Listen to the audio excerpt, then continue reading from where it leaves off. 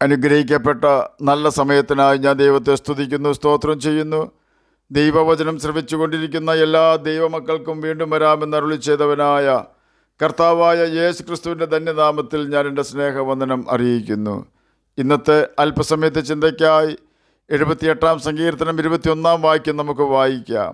ആകയാൽ യഹോവ അത് കേട്ട് കോപിച്ചു, യാക്കോബിൻ്റെ നേരെ തീ ജ്വലിച്ചു, ഇസ്രയേലിൻ്റെ നേരെ കോപവും പൊങ്ങി. അനുഗ്രഹിക്കപ്പെട്ട ഒരു വേദവാക്യമാണ് നാം കേട്ടത്.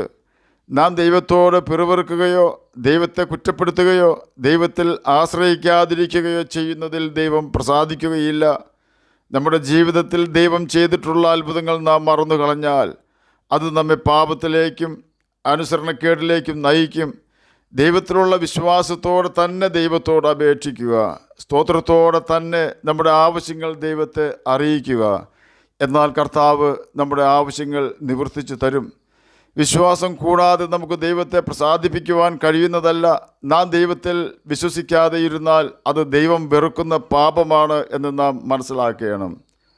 സ്നാപക യോഹന്നാൻ്റെ പിതാവായ സെഖര്യാവ് തനിക്കൊരു മകൻ ജനിക്കുവാൻ പോകുന്നുവെന്ന് ഗബ്രിയേൽ പറഞ്ഞപ്പോൾ അത് എന്തൊന്നിനാൽ ഞാൻ അറിയും എന്ന് ചോദിക്കുന്നു. താനും ഭാര്യയും ഇരുവരും വയസ്സ് ചെന്ന് വൃദ്ധരായിരുന്നു. അതുകൊണ്ടാണ് അദ്ദേഹത്തിന് അപ്രകാരം ചോദിക്കേണ്ടി വന്നത്. എന്നാൽ ദൈവത്തിന് അതിൽ പ്രസാദമില്ലായിരുന്നു. ഉടനെ ദൂതൻ മറുപടിയായി ഒരു ശിക്ഷയാണ് കൊടുക്കുന്നത്. കുഞ്ഞ് ജനിക്കും വരെ നീ ഇനി ഊമനായി പാർക്കണം എന്നായിരുന്നു ശിക്ഷ.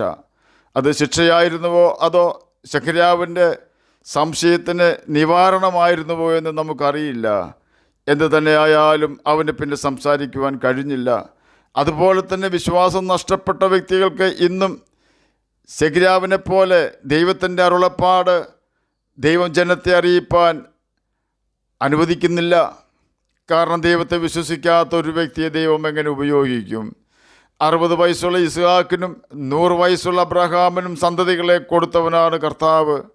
സെഖര്യാവ് ന്യായപ്രമാണ പുസ്തകത്തിൽ അത് പല പ്രാവശ്യം വായിച്ചിട്ടുണ്ട്. എന്നിട്ടും തൻ്റെ കാര്യത്തിലൊരു കുഞ്ഞിനെ കൊടുക്കുമെന്ന് ദൈവം പറഞ്ഞപ്പോൾ അവന് സംശയം തോന്നി. അതുകൊണ്ടായിരിക്കാം കുഞ്ഞ് ജനിക്കുന്നത് വരെ മൗനമായിരിക്കുവാൻ സെഖര്യാവിനോട് പറഞ്ഞത്. പറയുക മാത്രമല്ല, അപ്പോൾ തന്നെ അവൻ ഊമനായിപ്പോയി. വിശ്വാസമില്ലാത്തൊരു വ്യക്തി പുരോഹിത ശുശ്രൂഷ ചെയ്യുന്നത് ദൈവത്തിന് ഇഷ്ടമല്ല. ഓർക്കുക, നമ്മുടെ ജീവിതത്തിൽ കർത്താവിനെ വിശ്വസിക്കുവാൻ കഴിയാത്ത വിധം നാം മനോവ്യതയിലാണോ? എൻ്റെ വിശ്വാസം വർദ്ധിപ്പിച്ച് തരണമേ എന്ന് നമുക്ക് കർത്താവിനോട് പ്രാർത്ഥിച്ചുകൊണ്ടേയിരിക്കാം. കർത്താവ് തന്നെ വിശ്വസിക്കുവാനുള്ള കൃപ നമുക്ക് തരും. 78-ാം സങ്കീർത്തനം 21-ാം വാക്യത്തിൽ ദൈവം ജനത്തോട് കോപിക്കുവാനുണ്ടായ കാരണം എന്തായിരുന്നു എന്ന് നമുക്ക് പരിശോധിക്കാം. 78-ാം സങ്കീർത്തനം 17-ാം വാക്യത്തിൽ ഇസ്രയേൽ ജനം ദൈവത്തിൻ്റെ ക്ഷമ പരീക്ഷിച്ചു. 78-ാം സങ്കീർത്തനം 18-ാം വാക്യത്തിൽ ഇസ്രയേൽ ജനം ദൈവത്തിൻ്റെ ജ്ഞാനം പരീക്ഷിച്ചു. 78-ാം സങ്കീർത്തനം 19-ഉം 20-ഉം വാക്യങ്ങളിൽ അവർ ദൈവത്തിൻ്റെ ശക്തിയെ പരീക്ഷിച്ചു. 78-ാം സങ്കീർത്തനം 21-ാം വാക്യത്തിൽ അവർ ദൈവത്തിൻ്റെ കോപം പരീക്ഷിച്ചു. ജനത്തിൻ്റെ സംസാര രീതി നമുക്കൊന്ന് പരിശോധിക്കാം. അവർ മാംസം തരയണമേ എന്നോ അവർക്ക് ആഹാരം തരയണമേ എന്നോ പ്രാർത്ഥിക്കുകയായിരുന്നുവെങ്കിൽ കർത്താവിന് എന്ത് സന്തോഷമായിരുന്നു. അതിന് പകരം അവർ തമ്മിൽ പറയുകയാണ്, മരുഭൂമിയിൽ മേശ ഒരുക്കുവാൻ ദൈവത്തിന് കഴിയുമോ? അവൻ പാറയെ അടിച്ചു, വെള്ളം പുറപ്പെട്ടു, തോടുകളും കവിഞ്ഞൊഴുകി. സത്യം, എന്നാൽ അപ്പം കൂടെ തരുവാൻ അവന് കഴിയുമോ? തൻ്റെ ജനത്തിന് അവൻ മാംസം വരുത്തി കൊടുക്കുമോ? ഇങ്ങനെയാണ് ജനം സംസാരിക്കുന്നത്. ഈ ജനത്തിനു വേണ്ടി ദൈവം ചെയ്ത കാര്യങ്ങൾ നമുക്കൊന്ന് ചിന്തിക്കാം. മിസ്രയീം ദേശത്ത് 430 വർഷം അടിമകൾ ആയിരുന്നവരാണ് ഇവർ. ഇവരെ അടിച്ച് പണി ചെയ്യിച്ച വ്യക്തികളോട് എന്ത് മാന്യമായിട്ടായിരുന്നു ഇവർ സംസാരിച്ചിരുന്നത്. അടിയങ്ങളെ അടിയിക്കുന്നത് നിങ്ങൾക്ക് പാപമാകുന്നു എന്ന് താഴ്മയോടെ പറയുമായിരുന്ന ജനം ഇപ്പോഴിതാ മിസ്രയീമിൻ്റെ അടിമത്തത്തിൽ നിന്നും രക്ഷപ്പെട്ടപ്പോൾ ദൈവത്തെ കോപിപ്പിക്കുന്നു. ഇവർക്ക് വേണ്ടി ദൈവം ചെങ്കടലിനെ വിഭാഗിച്ചത് ഇവരുടെ സ്വന്തം കണ്ണാൽ കാണുകയും ആ വഴിയെ നടന്നു മറുകര എത്തിയവരുമാണ് ഇവർ ദൈവത്തോട് ഭക്ഷണത്തിനും മാംസത്തിനും പിറുപിറുക്കുന്നതിന് മുമ്പ് മറ്റനേകം അത്ഭുതങ്ങൾ കണ്ടവരാണ് ഇവർക്ക് രാത്രിയിൽ വെളിച്ചത്തിനായി അഗ്നിസ്തംഭവും പകലിൽ തണലിനായി മേഘസ്തംഭവും ദൈവം ഒരുക്കി വെച്ചത് ഇവർ ദിവസേന അനുഭവിച്ചുകൊണ്ടിരിക്കുന്നവരാണ്. ചുട്ടുപൊള്ളുന്ന പാറയെ അടിച്ചപ്പോൾ തണുത്ത ജലം പാറയ്ക്കുള്ളിൽ നിന്നും ചാടി പുറപ്പെട്ട് തോടുകൾ നിറഞ്ഞൊഴുകി എന്ന അത്ഭുതത്തെക്കുറിച്ച് ഇവർക്ക് കേട്ടുകേൾവിയല്ലായിരുന്നു. ദൈവത്തിൻ്റെ അത്ഭുതം കാണുകയും ആ വെള്ളം കുടിച്ച് ആശ്വാസം പ്രാപിക്കുകയും ചെയ്തവരാണ് ഇവർ. എന്നിട്ടും ഇവർ പറയുകയാണ്, മരുഭൂമിയിൽ അപ്പവും മാംസവും തരുവാൻ ദൈവത്തിന് കഴിയുമോ എന്ന്. അവർ മാത്രമല്ല, ദൈവത്തിൻ്റെ വഴി കണ്ടവനായ മോശയും ദൈവത്തോട് പറയുന്നു, എൻ്റെ കൂടെ ഉള്ള ജനം 6 ലക്ഷം കാലാൾ ആണ്. ഒരു മാസം മുഴുവൻ തിന്മാൻ ഞാൻ അവർക്ക് ഇറച്ചി കൊടുക്കുമെന്ന് നീ അരുളി ചെയ്യുന്നു. അവർക്ക് മതിയാകും വണ്ണം ആടുകളെയും മാടുകളെയും അവർക്ക് വേണ്ടി അറുക്കുമോ?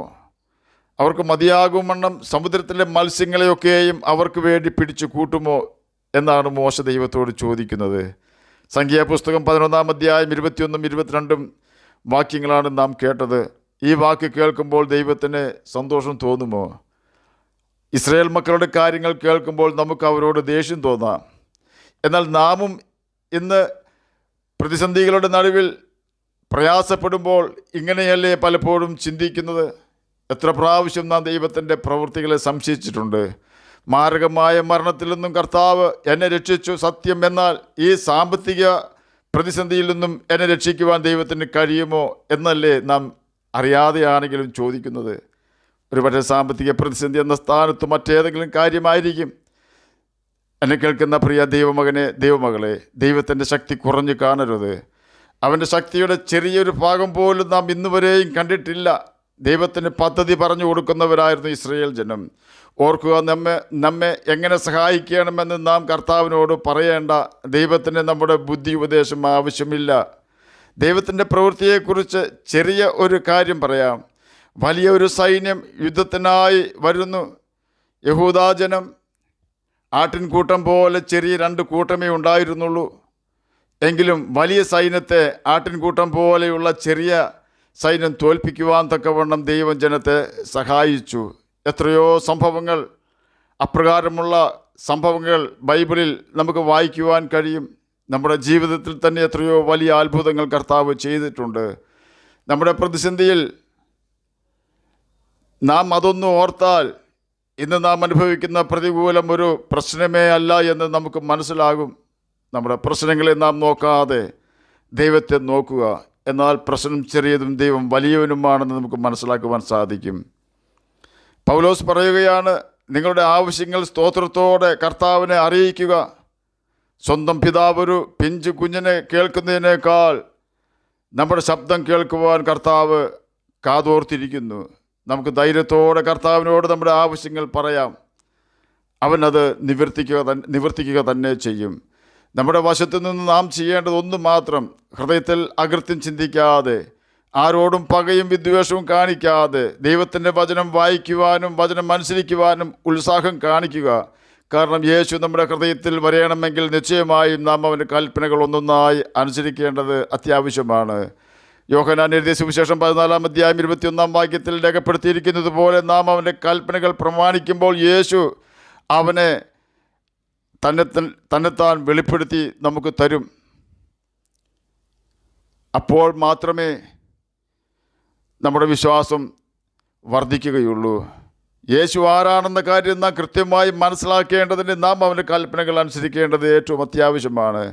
അവൻ നമ്മുടെ ഹൃദയത്തിലുള്ളപ്പോഴാണ് നമ്മുടെ വിശ്വാസം വർദ്ധിക്കുന്നത്. ആകയാൽ യേശു നമ്മുടെ ഹൃദയത്തിലുണ്ട് എന്ന് ഉറപ്പ് വരുത്തി നമുക്ക് ജീവിക്കാം.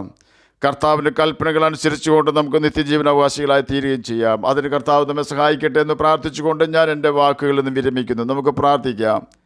ഞങ്ങളെ സ്നേഹിക്കുന്ന സ്വർഗീയ പിതാവേ, നല്ല വചനത്തിനായി ഇങ്ങനെ സ്തുതിക്കുന്നു, സ്തോത്രം ചെയ്യുന്നു. എന്നെ കേൾക്കുന്ന ഏതെങ്കിലും പ്രിയപ്പെട്ടവർ ഏതെങ്കിലും വിഷയത്തിൽ ഭാരപ്പെടുന്നുവെങ്കിൽ അങ്ങ് അവരുടെ പ്രശ്നങ്ങൾക്കൊരു പരിഹാരം വരുത്തി കൊടുക്കണമെന്ന് ഞാൻ പ്രാർത്ഥിക്കുന്നു. പഠിക്കുന്ന കുഞ്ഞുങ്ങൾക്ക് പഠിക്കുവാനുള്ള ബുദ്ധിയും ജ്ഞാനവും ഓർമ്മശക്തിയും കൊടുക്കണമേ. രോഗത്താൽ ഭാരപ്പെടുന്നവർക്ക് രോഗസൗഖ്യം കൊടുക്കണമേ. പ്രാർത്ഥന കേട്ടതിനായി സ്തോത്രം. യേശുവിൻ്റെ നാമത്തിൽ തന്നെ ആമേൻ. കർത്താവ് എല്ലാവരെയും അനുഗ്രഹിക്കട്ടെ. സ്തോത്രം.